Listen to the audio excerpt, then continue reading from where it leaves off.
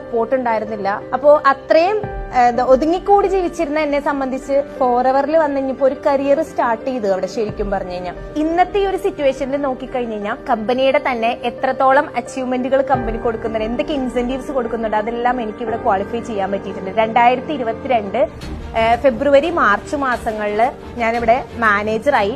പിറ്റേ മാസം തന്നെ കാർപ്ലാൻ ലെവൽ 1 ആക്ടിവേറ്റ് ആയി. മെയ് മാസത്തിൽ കാർപ്ലാൻ ലെവൽ 2 ആക്ടിവേറ്റ് ആയി. അതിനുശേഷം ഉടനെ തന്നെ മില്യണറായി. അതുപോലെ തന്നെ കമ്പനിയുടെ ആണെങ്കിലും വെയിറ്റ് മാനേജ്മെന്റിന്റെ സർട്ടിഫൈഡ് ട്രെയിനർ ആണ് ഞാനിന്ന്. കമ്പനി കൊടുക്കുന്ന ഏറ്റവും വലിയ ബോണസ് ചെയർമാൻ ബോണസ്. ശരിക്കും പറഞ്ഞു കഴിഞ്ഞാൽ ആ ഒരു ബോണസ് എനിക്ക് ക്വാളിഫൈ ചെയ്യാൻ പറ്റി. ചെയർമാൻ ബോണസ് ചെക്ക് എനിക്ക് ക്വാളിഫൈ ചെയ്തു.